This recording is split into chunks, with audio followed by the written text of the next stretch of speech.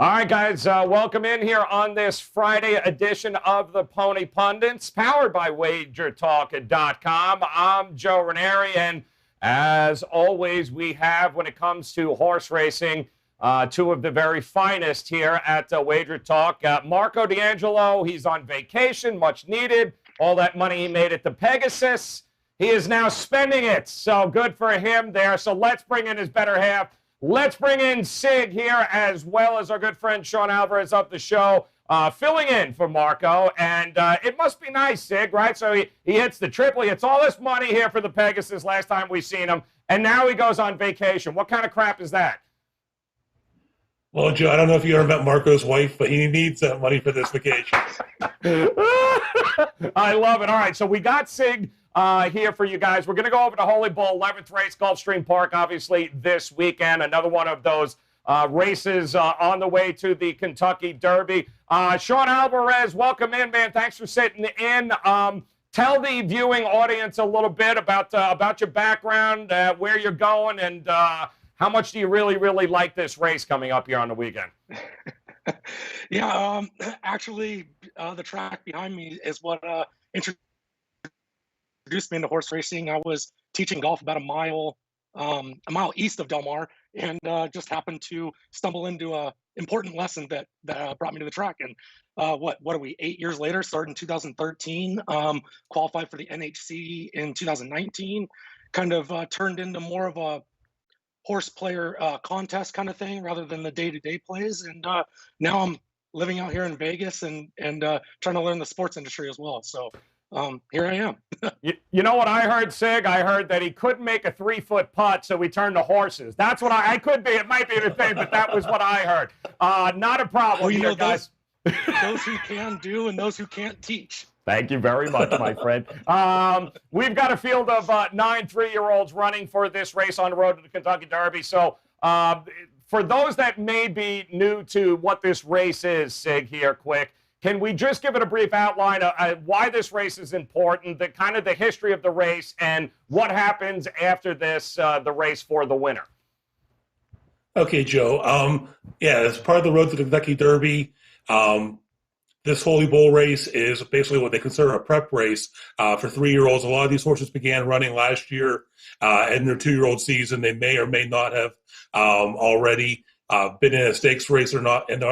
But there's basically the Mucho Macho Man was earlier this month at Gulfstream, followed by the Holy Bull. The Fountain of Youth will be held for 3-year-olds in February, and it's all basically completed with the Florida Derby at the last Saturday of the meet in March. They'll earn points along the way for each of those races. The points gradually go up for each race in the series.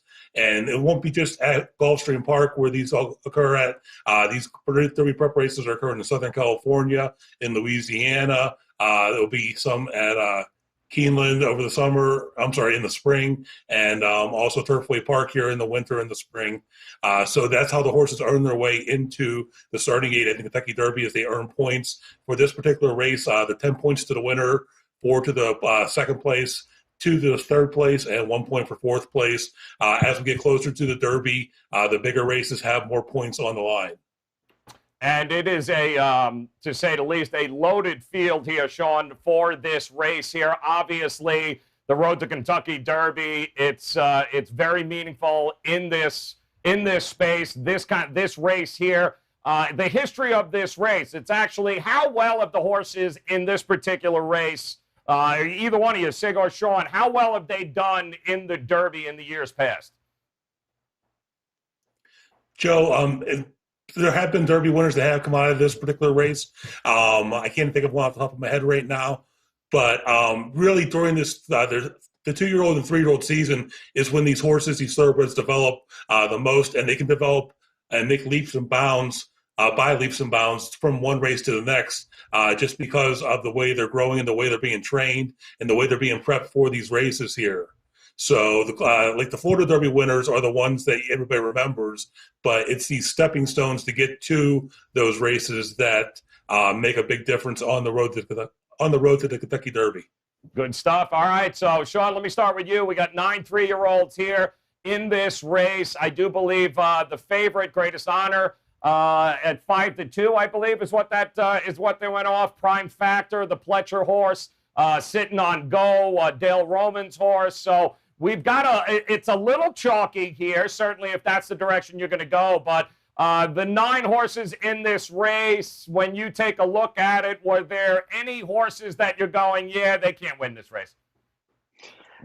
There's definitely a couple, but kind of alluding back to what Sig was saying with these horses just turning 3 years old, some of these horses are just making their career second start. The most any horse is doing is making their 6th start. So you can either kind of punch holes in the favorites depending on, maybe they got gifted the only race they won, or even kind of make a case for horses that have only run the one time, because horses make a big jump from their first career start to their second career start. That's kind of where you start to see the majority of horses kind of figuring out what they're doing in the afternoon.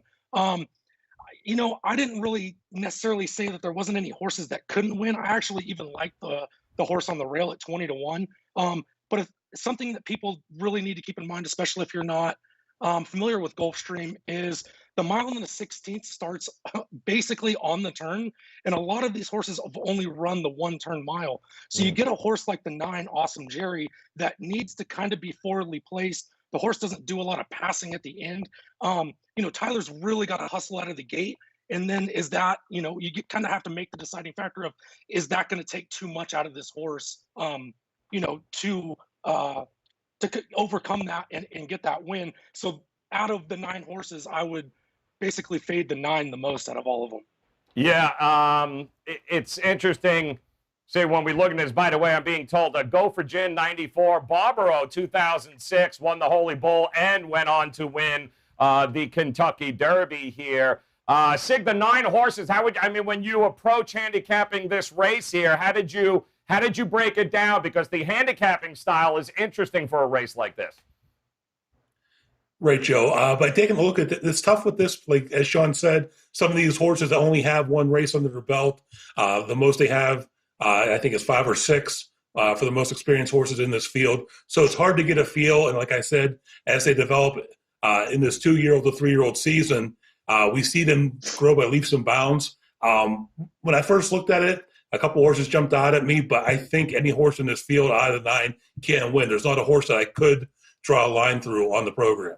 Wow. Okay. So these are all, every one of them eligible as you look at it. So let's dive into it here, Sig, if we could. Here it is. Obviously the favorites, we know who they're going to be here. Is it a favorites race, or is there a long shot in this race too that you're keeping your eye on?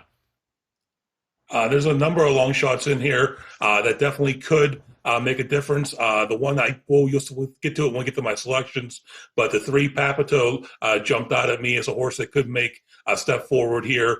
Sean mentioned the 1 horse on the rail, Girafales. He's making his 2nd career start. He could definitely make a big jump in here.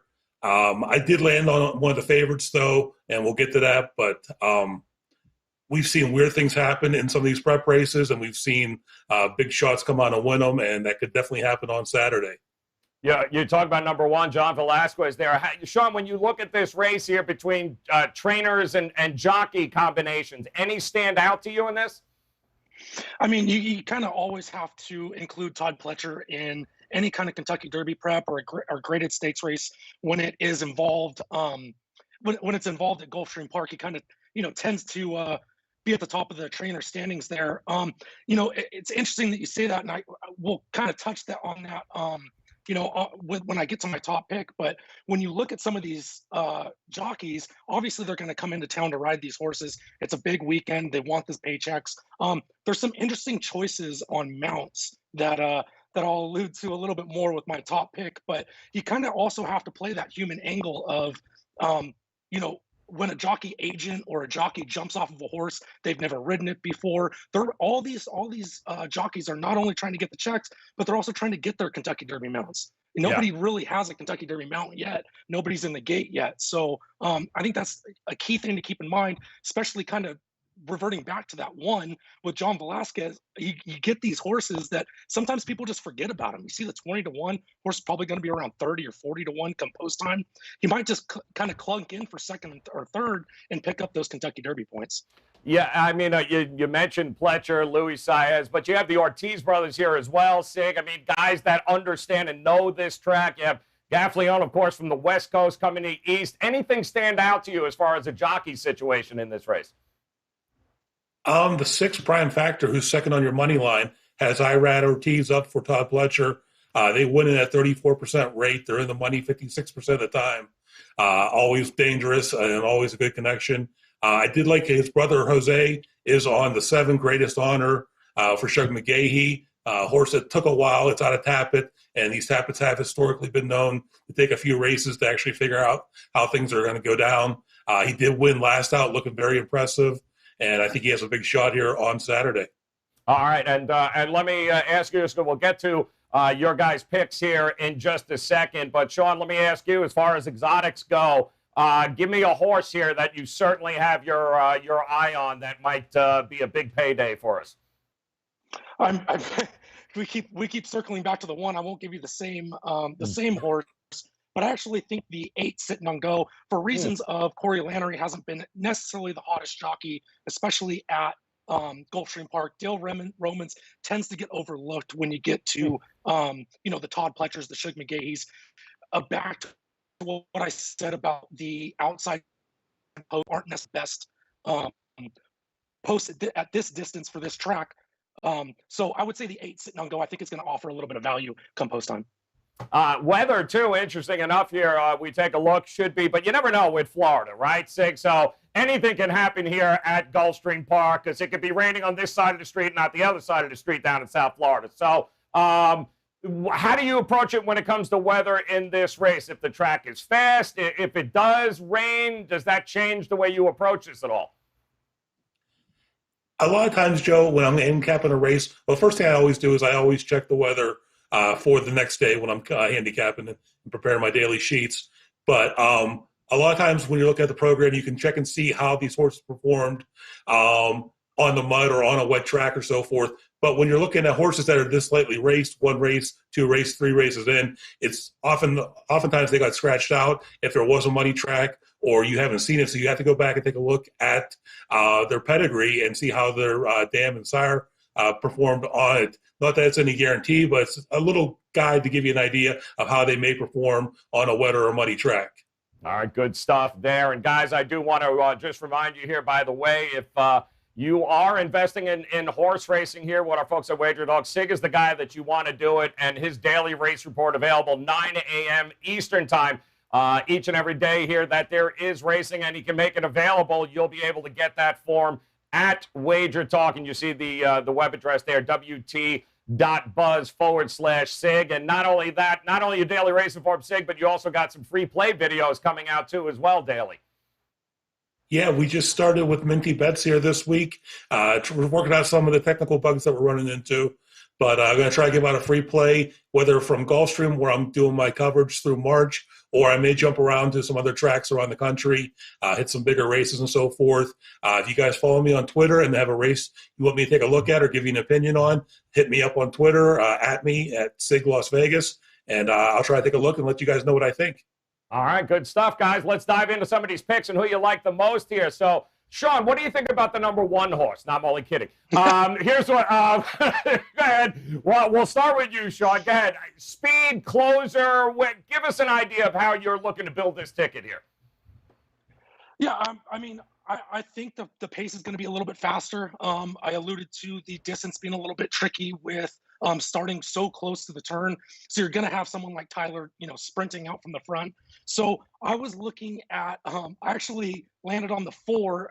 I think a mid-pack horse is going to be primed for this spot. Gulfstream doesn't play that friendly to closers. I'm not saying you can't do it, but that will kind of allude to the horse that I'm trying to fade. But I thought the 4 was interesting. Luis Saez jumps on this horse. And if you look down towards the 7, the favorite, Luis Saez rode that horse to victory, broke the maiden, and now is jumped off and is on the 4. So that was really interesting to me. I thought maybe he just thought there was a little bit more potential as far as the Derby goes. And when you're giving me Curlin with Pulpit on the dam side, I just think this horse is bred to go all day and is going to get kind of that perfect trip that you would alluded to as far as the pace. All right, there we go. I love the way that goes there. As you can see, guys, his some of his plays on how he's looking at number 4, Amount, number 8, Sitting on the Go, and number 6, Prime Factor. I know a lot of guys are looking at this this horse here, Prime Factor, Pletcher. He's almost got to be in it, doesn't he, at this point? Yeah, I mean, if you look at that last performance, blowing the doors off by 8 lengths and getting Irad back, that you had said, you know, that Irad knows his way around graded stakes horses, knows how to get into the Kentucky Derby. If you look at that price tag, $900,000 at a quality road, this horse is meant to be something special. And if that pace doesn't heat up, and if Irad sits a nice trip, this horse really could just kind of run away from us. Yeah, not easy going from, 6 furlongs maiden there, Sig, to all of a sudden now a grade 3 2-turn race here. It's a little different. It's a little different situation. But talk to us about your card and how you're putting it together. What horses are you looking at? Well, Joe, my top choice, I landed on the 7 Greatest Honor. I know Sean mentioned in his commentary just recently that he didn't like the fact that Cide jumped off. I don't think it's a huge upgrade, but I do like the fact that Jose Ortiz off the board him here. And I think it took him a few races. If you take a look here, he finished 3rd in his debut, 3rd in another maiden special weight, 2nd at Aqueduct back in November, and then put it all together and put it in like a really nice performance at Gulfstream back here in December to get his first win with Saez on board. But what stood out at me is the speed figure there and the fact that he's gone the 2 turns here already. He basically already showed me he has the experience and the ability to come out and win a race like this here. He hasn't missed a board in any of those career starts yet. And I think I don't want to repeat myself, but these type of colts have shown a propensity to need a few races before they actually get it figured out. So I think this guy has a big shot here. He is your morning line favorite. Something tells me the 6, the Prime Factor for Pletcher, is going to go off as your post-time favorite, though. I think you're going to find some value in the 7. All right, going to find it there, guys. 7, you see it on there. Throw them up there one more time for Sig. So in case you guys didn't get a chance, 7, 6, 3, 8. Those are the horses. And one more time, let's bring up Sean's selections here. Take a look at that. Number 4, Amount. Number 8, Sitting on Go. Number 6, Prime Factor. Tell me what you think of the 1 horse, Sean, because you mentioned them 12 times, and I don't see him on the damn board there. What's going on? Ridiculous. I like the one underneath, and that one's going to blow up all my tickets. Watch when it wins. I love it. A reminder, guys, do not forget, make sure you follow Sig. Make sure also that you head over to WagerTalk.com. Get on Sig's page. Remember that daily racing selections are coming out each and every day by 9 a.m. Eastern time. Check out the free play videos. Just one final thought, guys, on the way out of here for those that might be new to horse racing. Sig, I'll start with you. Strategy, betting strategy. You just gave 4 horses you like here. What's the best approach here for a race like this? Joe, what I'm thinking here, I mean, my opinion could change here before the race depending on how the track's playing and so forth. But I'm looking to play exacta here tomorrow with the 6 Prime Factor and the 7 Greatest Honor on top, and then using the 6 and 7 underneath in the second spot, along with the 3 Papito, who's 15-1, and the 8 Sitting on Go, who's 5-1, the morning line. There's a lot of horses in this field that could run underneath. That number 1 horse on the rail definitely has a possibility to flow up some tickets. And I'm also looking to play a daily double into this race. We're looking at a stakes race in the 10th race on the turf. We're going to use the 2 horse and the 4 horse, and then we're going to close out that double with either the 6 or the 7. So 2 and 4 with 6 and 7, daily double race number 10 going into the Holy Bull. That's what I'm talking about. Sean, some strategy here as you approach the Holy Bull tomorrow? Yeah, I mean, I like the 4 Amount at 6-1. I like Sig like the 8 at 5-1. So I'm going to play the 4 and the 8 on top of an exacta. I'm also going to use the 6 underneath. And then I guess I'll throw the 1 in since we've been talking about it the whole time. So I'm going to go 4-8 over 1, 4, 6, and 8 for an exacta. If you think I ain't playing this one now that we mentioned 100 times, and the answer, I'm coming after you, Sean. That's going to be it. Now we don't have a choice, Sig. We got to play the 1. Unbelievable. And then you're going to go on vacation next week with all the money. Exactly correct. Exactly. If the 1 wins, I retire. I'm good. I'm done from there. Then I'll give you the next 6 lotto numbers. All right, Sig, Sean Alvarez, thank you very much, my friend. Thank you very much for filling in for Marco D'Angelo. He'll be back, obviously, for the next race that we have on the road to the Kentucky Derby. Sig, always a pleasure. Make sure, guys, you're checking out Sig's free play videos up at Instagram at WagerTalk. Head over to WagerTalk.com. Check out his page. Get his racing form daily up by 9 a.m. Eastern. So, Sig, Sean, guys, thank you very much for stopping by. We want to wish you guys nothing but the best. Make sure you head over to WagerTalk.com. Make it a profitable weekend. There's a lot of ways to do that, but it starts with getting and investing with the right guys. Sean and Sig, thank you very much, guys. Good luck in the plays. We'll talk to you again soon. Thanks, Joe. Thanks, Joe.